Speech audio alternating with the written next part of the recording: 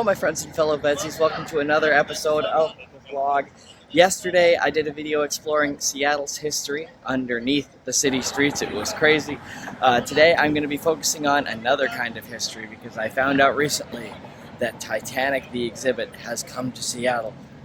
I had a total hyperfixation phase with Titanic when I was like 10 to 12 years old, learned everything there was to know about the ship and its exhibition and its sinking. I've probably forgotten most of that over the course of the last 15 years, but still, 10 to 12-year-old me would have loved this. In fact, I think I did this once. It was at the Royal BC Museum in Victoria with my family. Gosh, this must have been somewhere between 10 to 15 years ago. I saw some variety of a Titanic exhibit. I don't know if it's the same ongoing traveling exhibit or if this is a totally reimagined experience. I have no idea. I'm going in kind of blind on this, but I've been told there's some really cool artifacts in there and some immersive storytelling. So we're going to see what we can film in there. This is going to be fun. So right when I got into the museum, they gave me this little headset and audio device, which played little accompanying audio files for everything I was seeing. A really cool, unique way to give everybody their own private tour, so to speak. And it starts off right off the top with artifacts from Harland and Wolff, the company that was contracted to build Olympic, Titanic, and Britannic in like 1910, 1911, 1912. Some White Star Line memorabilia here. You're not going to see a lot of stuff directly from Titanic. There were very few actual recovery missions for items, but you're going to see a lot of stuff from Olympic and Britannic that would closely mirror what was on Titanic. These are tools from Harland and Wolff, who built the ships, and some advertising material for the major campaign that White Star Line put out for Olympic and Titanic. Advertised heavily as the largest ships in the world, which they were. There was a tremendous amount of hype surrounding their launch and first sailing, and there's some documentation of that in here. I love this little advertisement showing that on its side it is taller than all of the wonders of the world, advertising it as a new wonder of the world. And of course, it ended in tragedy. They had this in there, which is the official first-class passengers list, which unfortunately became a very important document in searching for survivors to find out who was accounted for. This was a replica of one of the watertight doors, showcasing some of the new technology that was going into building the ship. This is a display for William Murdoch. They had his telescope there, and a letter written by him to his parents from the ship. Now, they did a really cool thing. Anytime there was a letter like that, they would blow it up in a big picture there, and that would sometimes help with translation or just making it a lot easier to read than this old fading handwriting. So that was a cool addition. I loved this piece. They showed this photograph, highlighted this window, and then they have that window. I want to say it's from Olympic, so Titanic's sister ship, and it would have been identical to something on Titanic. They had a few of these types of things preserved at this museum, and they were just one of my favorite things to look at. Yeah, an actual window from one of these White Star Line ships. Amazing. Gosh, I love this little model. This model, I'm going to use the word amazing a lot probably today, but it was fantastic.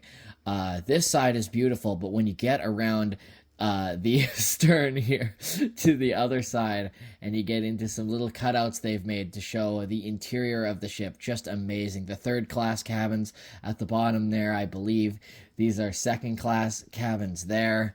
Gosh, just so cool. The interior dining space, all of the indoor public spaces, just amazing. Of course, modern cruise ships, there was nothing quite like them, and this was one of the first ships to try to do that, to have all these big ballrooms on board, and there's the swimming pool there on top of the giant boilers underneath. There's the storage towards the front, and I didn't really get a good shot of it, but there was a lot of detail up on the crew cabin there, and just that was amazing. I could have stared at that for hours. Then, of course, there's lots of little displays like this in pretty much every room you go through at the museum of really cool items. This inspection card is particularly cool. You don't get a lot of items from back in the day officially stamped Titanic like that, so that's amazing to see. And this was a ticket, a enormous ticket for passage on the Titanic. Now, the reason that's so long and detailed is it also included all of the necessary immigration information for this person. But still, there I was looking at a ticket to ride on the Titanic. Just unbelievable. Here's some, these are like badges and pins from White Star Line employees, and this beautiful dining set recovered, again, I want to say, from Olympic. Yes, Olympic items from that ship are very highly sought after, largely, of course, because of the connection to Titanic here. We've all heard the expression shuffling the deck chairs on the Titanic for like a doomed project. You're just shuffling the deck chairs on the Titanic. Well, here's a deck chair from Titanic. Just absolutely amazing. Again, from the White Star Line. I don't know that it's from Titanic, but look at that blanket. Reminded me of the movie, the blankets they gave everybody when they were out in the cold. An actual White Star Line embossed blanket. And speaking of the movie, of course, it's a fictional tale, and they mentioned that. But it was based off of a couple of real stories, including one they're highlighting here that featured a similar, but not exactly the same as the Heart of the Ocean, but a similar beautiful necklace that was recovered. And the Grand Staircase, one of the most beautiful, opulent features that everyone, there's so many famous pictures of it from Titanic. That's a piece of it. A tiny, tiny, minuscule little fragment of Titanic's actual Grand Staircase, one of the small, tiny little pieces recovered from that. So that's amazing. Here's a chair from one of the dining rooms here. I loved when they used the big pictures there for reference to what you're looking at. White Star Line chair. This area of the museum I thought was really, really cool that we're gonna come into shortly here. But first, we're gonna cover third class here for a little bit. This was some of the dining plates, and there's a pot there and various things from the third class quarters here. There's some ceiling tiles there. Oh, this is an astonishing item. This is an actual menu for third class dining for April 14th, 1912, the day Titanic sank, the last meals ever served on the ship. Just unbelievable. Some floor tiles from third class, some third class passengers items, including this postcard describing the sinking. Just unbelievable. But the coolest part of this section was the recreations of the actual staterooms. Here's a little third class stateroom that they've lovingly recreated.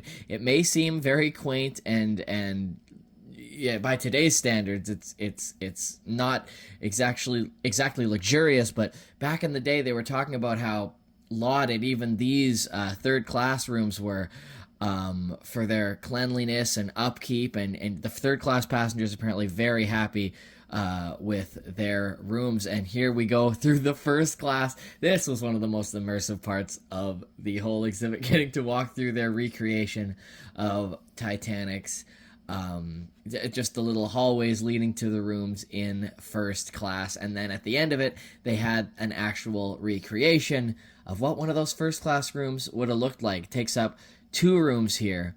And again, getting to sort of step back into history when you look into these is just absolutely amazing. So opulent. Again, they were doing all they could, White Star Line were, to show the world that they were top of the line for luxury and comfort, and these first class suites, they really spared no expense. Here's some dining place setting from the first class. I want to say there were a couple items from Titanic in there. I don't quite remember. Certainly a lot from Olympic again. And speaking of Olympic, here's a picture of one of the staterooms and an actual like door panel from a stateroom from first class from Olympic. I even liked walking around to the back side of it and getting some of the details on the back of the thing. I thought that was really cool. Sitting room 3, shelter desk. Just very, very cool. Here's a suit, a tuxedo, donated from a Titanic survivor. So just an example of the fashion of the time, high fashion. A piece of coal actually recovered from Titanic's boiler room at the bottom of the ocean. That is a piece of coal that was waiting to be shoveled into Titanic's boilers. various White Star Line items here. Oh, right, this. Another just beautiful piece. This giant wash cabinet from, I want to say this was second class. It just said on the piece of paper I just highlighted, but I can't remember. And again, they had a picture to go with it to show you exactly what you were looking at. But just some breathtaking pieces from Olympic that, again, would have been pretty much exactly identical to what would have been on Titanic. Oh, yeah. So the reason I think I did this exhibit as a kid, or some variation of it, is I had a sense memory from this thing. This is an iceberg fragment that is actually a big block of ice, hence all the handprints from kids. But it's funny how strong sense memories can be. When I heard Titanic, the exhibit was here, I was like, oh, they have big iceberg, right? Sure enough, they do. You move into the next room and they show you a little animation there of Titanic making its impact with the iceberg and beginning to sink. This is where things get dark. They have a beautiful recreation of the Marconi room aboard Titanic. Again, I really liked seeing all of the staterooms and these crew rooms that they have lovingly recreated. These were really, really well done. And then as we move through, we get to a segment on Titanic's lifeboats.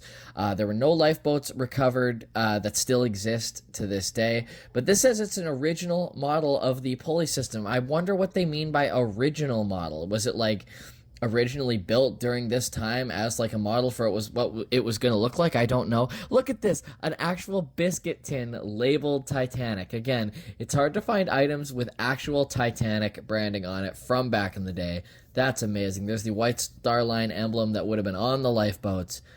So incredible to see. Here are, this was a table dedicated to items from Carpathia, the ship that came and saved the survivors and picked up Titanic's lifeboats. So these were some communications back and forth between Carpathia and Titanic from back in the day. Just amazing. And we move into this next room that talks about Titanic's final resting place at the bottom of the Atlantic Ocean, and yet another beautiful scale model of Titanic.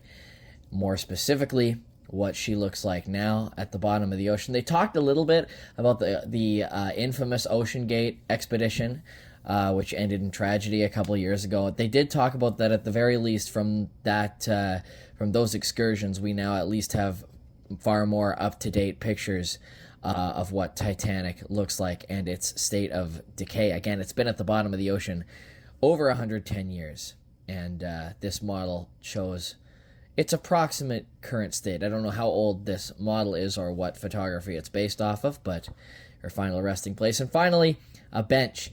The last item they have from Olympic here, this bench, which I don't know what it was doing in this segment, but it really does sort of fit the vibe of being old and decayed, certainly, but an amazing relic. And you move into this last room with the names of everybody who lost their life on Titanic. It was actually a really beautiful little area. I was hoping to get the names of every single person on this video. I think they're a little too small to make out. And the thing that really tied this room together with all these names at the middle, hauntingly, a actual life jacket from Titanic itself, from one of Titanic's survivors, presumably.